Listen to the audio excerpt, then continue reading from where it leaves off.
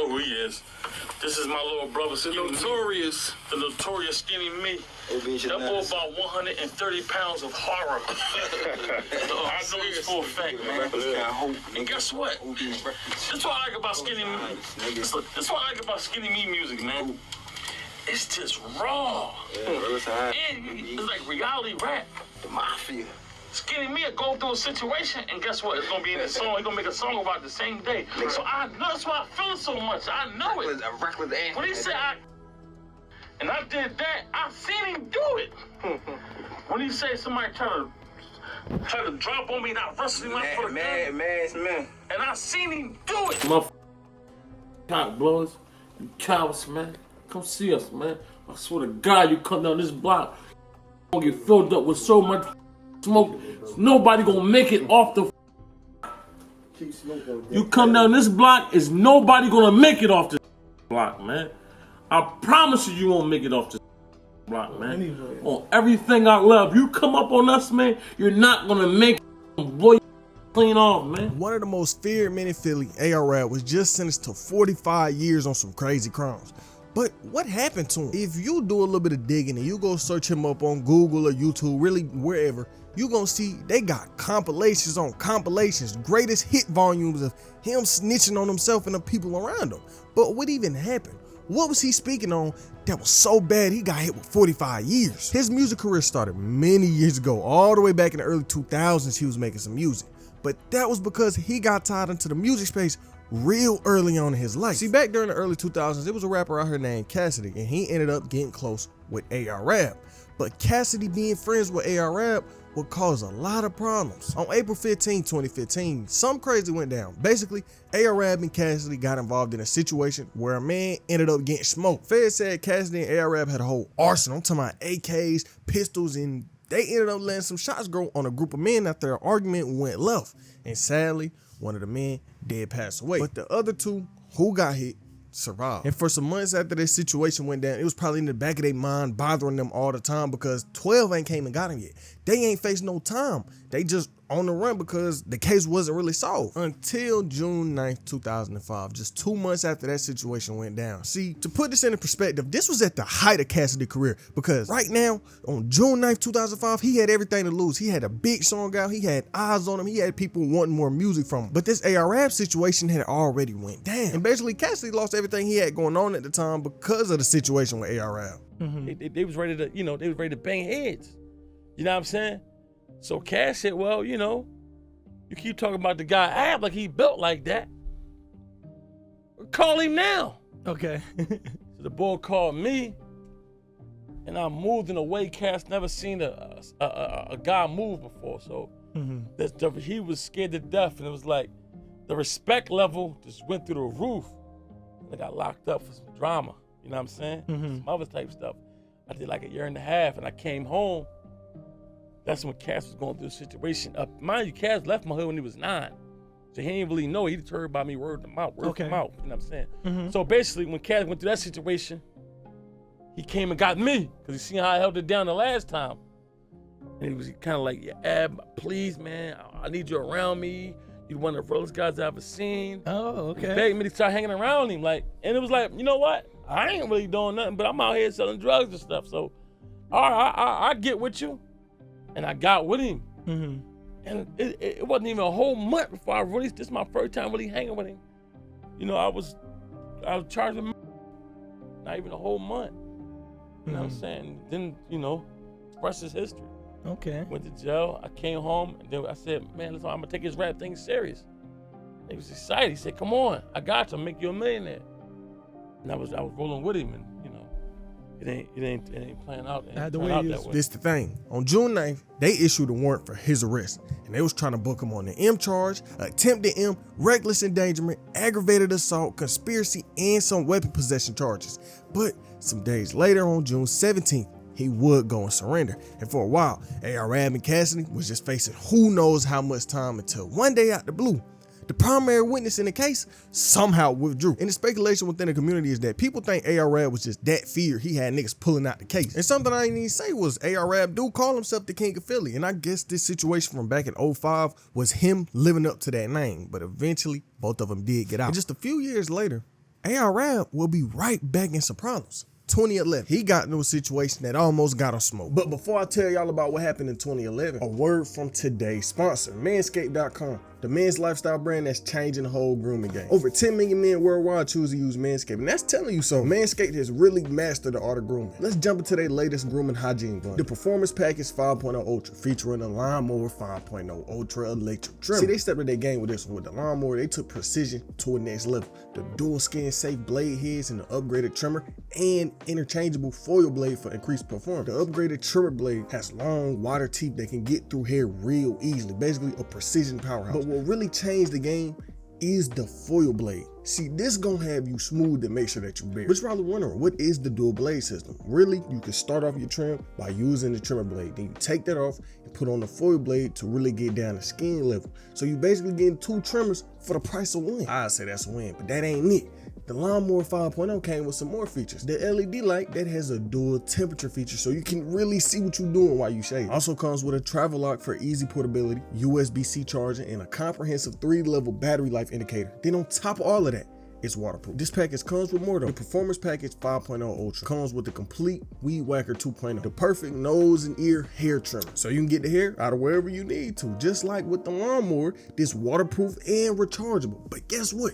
It also came with a skin safe technology. But you're probably wondering, is that it? No, sir. This also comes with the crop soother and crop preserver that's gonna have you feeling cool and comfortable at all times of the day. The crop soother is enhanced with shea butter and cocoa seed butter that will make sure that you moisturize after shaving. And the crop preserve, aka ball deodorant, will make sure that you always smelling good. When you purchase the Performance Package 5.0 Ultra, it comes with 2 gifts. The Boxers 2.0, designed with comfort in mind, and they come with a jewel pouch. And that second gift is the Shed 2.0, a place to keep all of your grooming gear organized in one place. Join the 10 million other men worldwide who trusted Manscaped from grooming to hygiene to whatever they need. Head over to manscaped.com and get your hands on a Performance Package 5.0 Ultra today. When you use my code PRINCE with 2 E's, you get 20% off, free international shipping, and 2 free gifts. That's 20% off plus free shipping and 2 free gifts with promo code PRINCE with 2 E's at manscaped.com. Trust me when I say this, your balls gonna thank you. 2011, AR got shot over 10 times, and this would be something that would change his life. Right after he got out the hospital, first thing he did was go do an interview. Out here, man, on some real shit, man. My bad, I'm scratching because them perk 10s got me itching. Couple ounces of dark juice. You know, I can't walk that good. I'm limping right now, but I'm always back together, man. Like, you know, nigga hit me 10 times, but it ain't about nothing. You know, welcome to Zombie Land now. It's gonna be like the Blair Witch Project, man. Huh? All these niggas top, man. And I'm still getting bread. Make sure all the goons in here. Welcome to Zombie Land, man. Huh? Welcome to Zombie Land. At the end of the day, man, I'm still girls and making them cry. You know what I'm saying? I mom ain't heard nothing. Ain't about nothing. Just don't get Chick was ready to come. You niggas knew what it is. Huh? But what was so bad about it, he basically had to relearn life. He had to learn how to walk and do all of this and do all of that, because how many times he got shot? He wasn't the same after that. Around this time in Philly, he said it was a bounty on his head because what he was doing in the streets was that crazy. Niggas was getting tired of him. They was just trying to get him up out of there. He said he stole some bricks. He was robbing dudes. He was just moving crazy at this time. You know, like a shoot and run, like that's a very serious situation. Like I'm assuming you know who the person. It's very personal. Actually, I never really found out who shot me because, well, I've been into a lot of shit. Robbed a couple. Took some bricks from some people. Mm-hmm. Recently, right before that, like I've been around a lot of people who do a lot of bad shit. Like my cousins and my brothers and them. My brother, he got out there for shooting 6 people, and it was some money on my head in Philly. But some guy said I heard 30 for one guy, 10 from another guy, 20. I done shot some back in the day. You know what I'm saying? And I'm thinking it came from back in the day, or I just took a couple bricks from.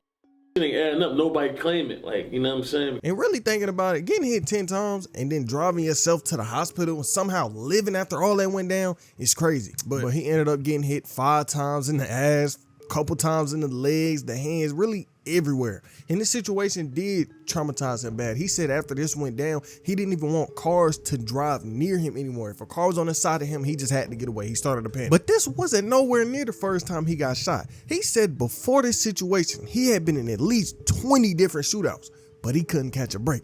Just a few months after that Vlad interview I just showed, some stuff from his past started to come up. Man, you know, I'm out here on the block, man. I got 5 days before I turn myself in the jail, prison. So we putting together some petitions. We want to go talk to the kids and, go to the Vision Quest, talk to the troubled youth. And I just left talking to a middle school and elementary school. I cleaned a couple playgrounds up and all that. We just doing everything we can, man, help the community out, man. And, show these people now more of an asset on the streets than in jail, you know what I'm saying? I got 5 days left to turn myself in. Probably gonna do a couple more songs. And then I'm gonna chill with the family for a couple days. I'm gonna take my family out to eat or something. Take them somewhere, take the kids out, you know what I'm saying? Before I gotta turn myself in. But, I did some things in my past, which, I can turn back the end of time, but I can't. You know what I'm saying? Just caught up to me, so it is what it is, man. We just gonna keep pushing, man. He got arrested right at the end of April, and he was sit for 18 months on some cocaine charges, but he did get lucky. See, originally he was facing 3 years, but it got shortened down because he participated in the boot camp program. And even though he got out at the end of 2014, 2015 will have a lot in store for this man. See, 2015 will be when an infamous Drake versus Meek Mill beef happened. And if you somehow don't know, Meek from Philly, AR from Philly. So when Drake was dissing Meek, he had a line that said this: I waited 4 days, where y'all at? I drove here in the Wraith playing AR. And when people heard Drake name drop him, everybody got to speculating. Do he got any ties with Drake? Is he about to get signed to OVO? Everybody really wondering what AR got going on. Now, did he get signed to OVO? Of course not. But something that did go down was him speaking on Meek Mill. Never talk to him. Do I want to talk to him and meet him? Yeah. I know people in the OVO camp. Okay. You know what I'm saying? And me and them been talking for a while. Mm-hmm. You know what I mean? About business. You feel what I'm saying? Mm-hmm. So basically, that was my plug through Drake. A mutual homie I know in they camp. Mm-hmm. One of Drake's closest friends. You know what I'm saying? Mm-hmm. And me and him been talking on, on Twitter, you know what I mean? Then we changed numbers. Before I went to jail, we was talking. You know what I'm saying? Okay. When he came home, I was talking. Basically, when he got in the beef with me, if you notice, every time somebody got a beef with somebody in Philly, they call it. They call it Top Goon. Top Goon, okay. Because like, I'm the dude who can say, even though you got trouble with Meek, if I say so, you still can come to Philly. Okay. You know what I'm saying? I run that thing out there. You know what I'm saying? So I don't care who you got trouble with. If I say you can come to Philly, you can come to Philly, and if whoever don't like it, you know what I'm saying? We probably could take it there. You know what I mean? Well, what's like you saying that now, right? And this is me, like from outside looking in. It's like, okay, this guy. You normally somebody would ride with somebody that's down with them. When I say that, all right, this is Philly. You understand? So how could you, somebody dissing somebody from your town, and then you saying, nah, he cool, he could come to my town. I don't care if he. I'm not saying you saying you don't care if he dissing a person, but that's what it seems. I'm gonna clear it up. Okay. I never said, if Drake would have called me and say, listen, I want to do business OVO, boom, boom, boom, boom, boom, boom, boom. I want to come to the town. Yeah, I need my, I'm in the streets every day. Mm-hmm. Now, I own 3 houses, and I'm in the streets, man. I don't get rap money. You know what I'm saying? Uh-huh. So of course I'm gonna say, hell yeah, man. Like, I wanna be a rapper. I want. You know what I mean? Mm-hmm. So it's like I'm gonna say, yeah, you can come down. Any human being gotta respect that. Mm-hmm. You know what I'm saying? My relationship with Meek, I have no idea. Keep it all here, but I talked to Meek a month and a half ago. Mm-hmm. You know what I'm saying? And he was saying we talked and we was, cause we supposed to have a little incident where as though, words got exchanged or whatever on, he was saying some stuff on Twitter. He thought I was saying some stuff. But mind you, I don't run my Twitter at all. Okay. And one thing for sure, 2 things for certain, I would never Twitter beef. Because if we Twitter beef, that's a cop-out to me. Okay. That means when I see you, I can't do nothing because the cops already know I'm going to do something to you. Mm-hmm. I'd rather just see you and we figure it out when I see you. I'm never going to Twitter beef. But another guy run my Twitter and they retweeted something. And he told me, yeah, I thought you retweeted some stuff. And I started popping my little stuff for 2-3 days. He said, man, so I'm like, listen, man, I don't Twitter beef, man. That's not my thing. Mm-hmm. If I got a problem with you, I got your direct phone number. But past this whole Meek Mill situation, around the time, well, not even just this time specifically, just anytime A.R.Rap would go do an interview, he would go speak to anybody, he would always do one thing, self-snitch. He would go into details on all the crime he was doing and basically give feds to answer to any question they possibly had. Like in the interview I just showed you, it went from him just talking about Drake and Meek Mill to him talking about how he was the head of a crime organization back when he was younger and how he was running a block and had everybody going on missions for him. In the streets, that's me. You know what I'm saying? Like, I did everything that a street guy can do, and I did it beyond the average street guy. You know what I'm saying? Yeah, a lot of guys grew up in the streets. I run my hood. They grew up in their hood. They was the innocent bystander. Okay. I run my hood. There's a big difference. You feel what I'm saying? Like, you go to my neighborhood, I run that. We're talking about 10 blocks this way, 8 blocks that way. I run the whole area. It's 150 people in this area, and I run all of them. That's my thing. How did you get to this status? You know, not to get too vivid. Okay. When I was 18, 19, I was a big time. I sold a lot of drugs. And I put everybody on. You know what I mean? Everybody came from under. Everybody my age and under, around my age and under, came from under my wing. Okay. Nobody in that neighborhood made any money without going through me. Not by force. I just had the plug. But A.R.Rap dissing Meek ain't coming out no repercussions. One night, Meek got on stage wildin'.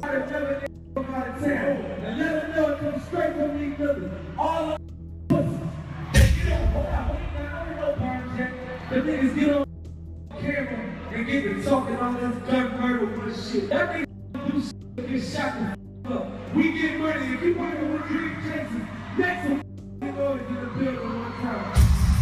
And for a minute, they had some bad blood until early 2016 when they came out basically squashing the beef. And for some years after this went down, he was doing more interviews, snitching some more, telling on himself, telling everything he had going on. And finally, in October 2018, everything caught up to him. Over the years, even though he was getting some slight musical success, you could know by the way he was talking in these interviews that he was in the streets heavy. And you know who else knew that? The FBI. The FBI knew what he was on, and they was watching his every move. The FBI was paying so much attention, they found out he was a leader of a local gang, and they went and grabbed everybody. They grabbed all the members, and what they was trying to hit bro with was wild. They said he was running a whole drug trafficking network in a certain area in Philly. They said he was bringing drugs from all the way to Cali to Philly and was just distributing it throughout the streets. And you know, normally when a nigga gets some drug money, they can't do anything with it. Well, A.R.Rap thought he was smarter than the feds, and he would go out and buy all these properties under fake identities so he wouldn't get caught. But all that got thrown out the window back in September 2017. See, about a year before he got arrested, feds came in and they kicked in the doors to one of his properties. And what they found would be the start of A.R.Rap's downfall. Feds got a search warrant and they found 62 grams of crack, 299 grams of heroin, 48 grams of that stuff Walt was cooking, some money, and some weapons. But back then, they might have found a lot. But what he really got booked for happened a year later in May 2018, just a couple months before he got arrested in October. Once again, feds got another search warrant against this man, and when they ran in his house, they found 10 kilos of coke, 6 pounds of meth, and $20,000 in cash.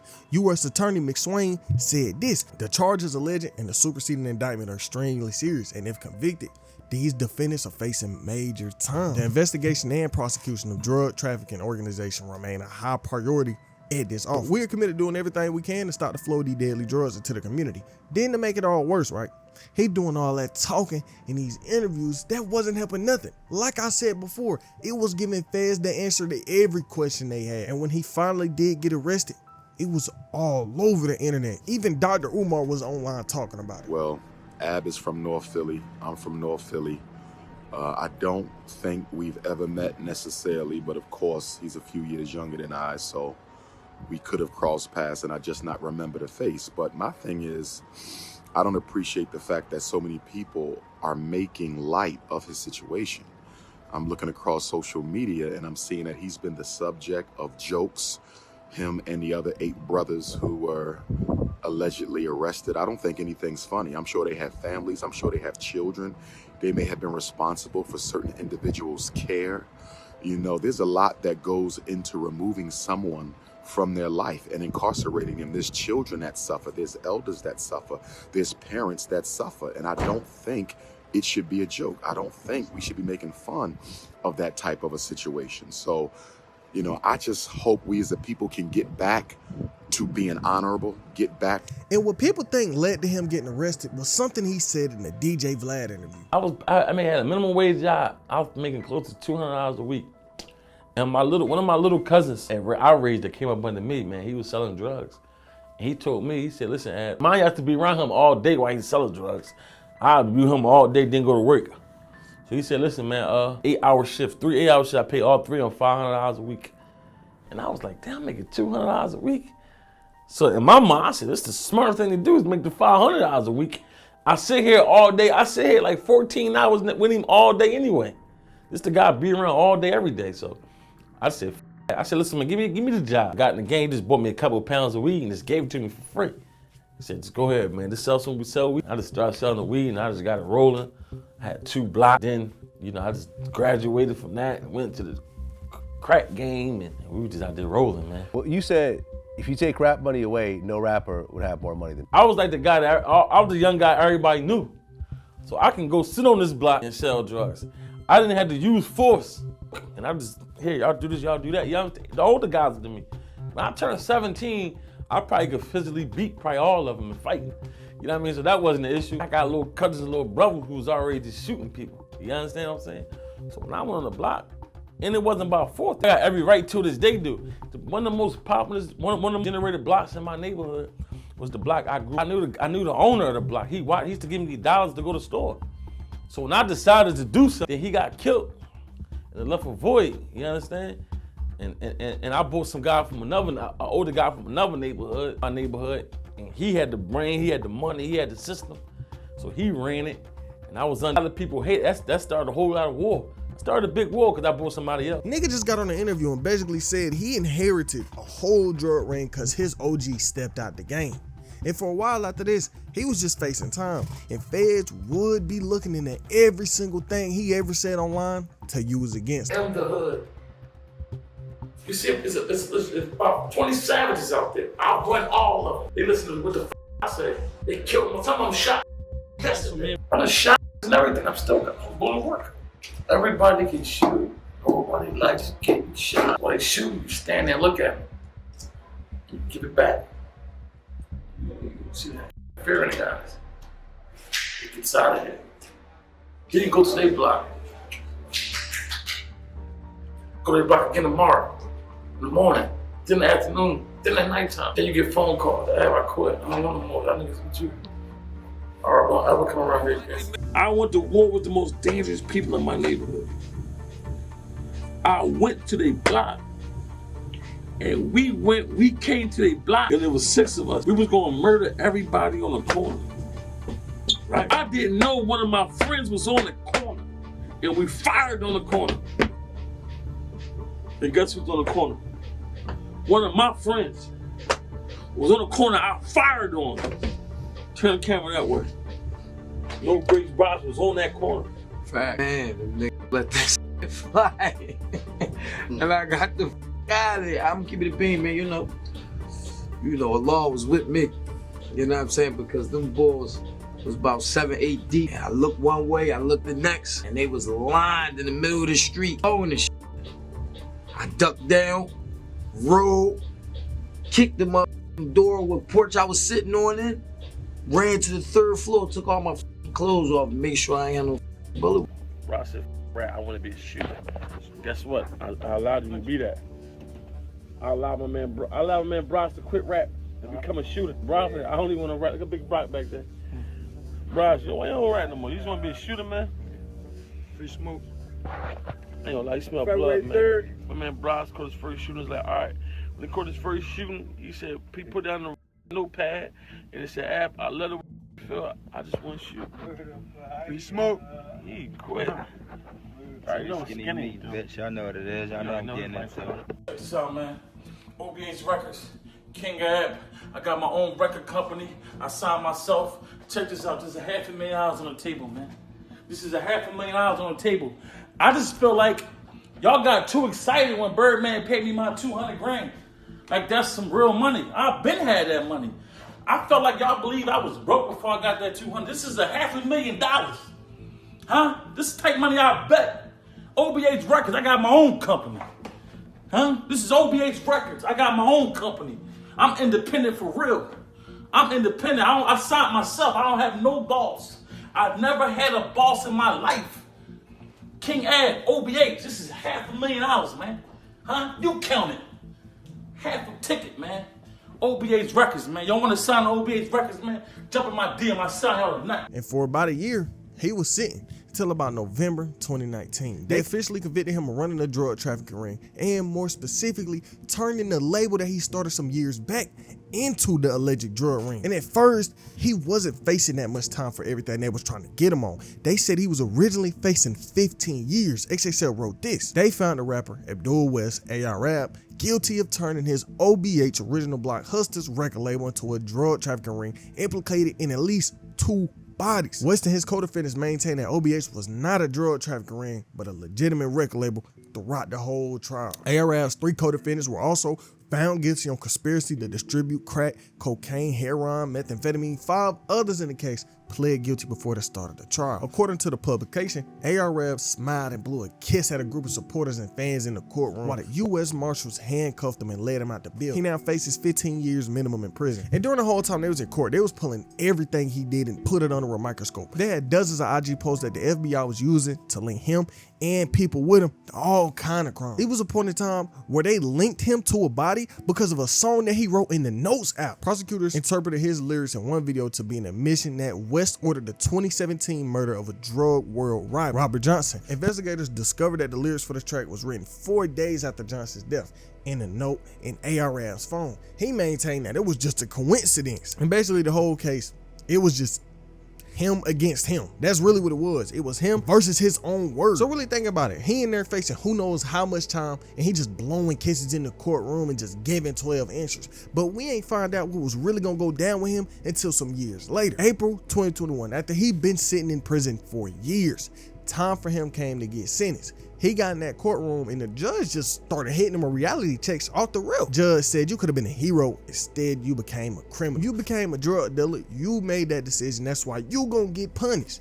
And after the judge said that to him, he should have known what was finna go down. He should have known it was raps. They said ARL was sitting in his courtroom, not showing no remorse. He just sat there with his arm crossed the whole time, not showing no regrets, none of that. And at one point during the middle of the court date, he said this: the court, the FBI agents, and the prosecutors don't understand my culture. We don't rap about flowers and rainbows. We gangster rappers. We rap about where we grew up. So we rap about drug dealing. We rap about violence. But the judge wasn't hearing none of that. The judge ain't care. They felt like he did too much bad in the streets. So judge had to get him up out of here. They hit that man with 45 years. The judge was feeling like him turning that record label into that drug ring and getting them bodies was just too much. And the thing with that record label, it was a big part of his career. A lot of people always questioned what he really had going on with his whole record label. It was a point in time where he had won a $200,000 Super Bowl bet against Birdman. And when he got all of this money, people got to questioning if he was going to use this to fund his label. Ab, what's good? How's everything, my G? Thanks for taking the time to sit with me.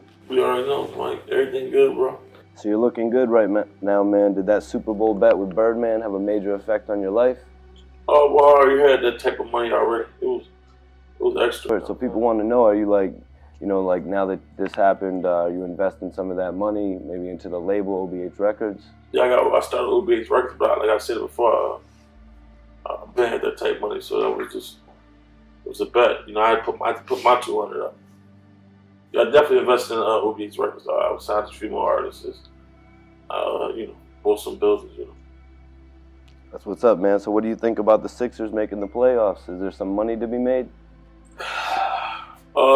Yeah, I think they'll go all the way to, I don't know, I'm hoping they beat Cleveland in the semis. But I'm betting on Sixers the whole way through, though. I'm going to bet on the game by game. And that's how I'm going to win my money. You expecting any major challengers to come up for this? Yeah, well, Birdman, he always going to bet. Little did they know, that label wasn't a real label. It was something else. Complete. Crazy to think about. That man been locked up since 2018 and he probably not gonna get out until the 2060s. But what do y'all think? Was it all the talking he did online and got him booked, or was he just cooked regardless because of how he was acting in the streets?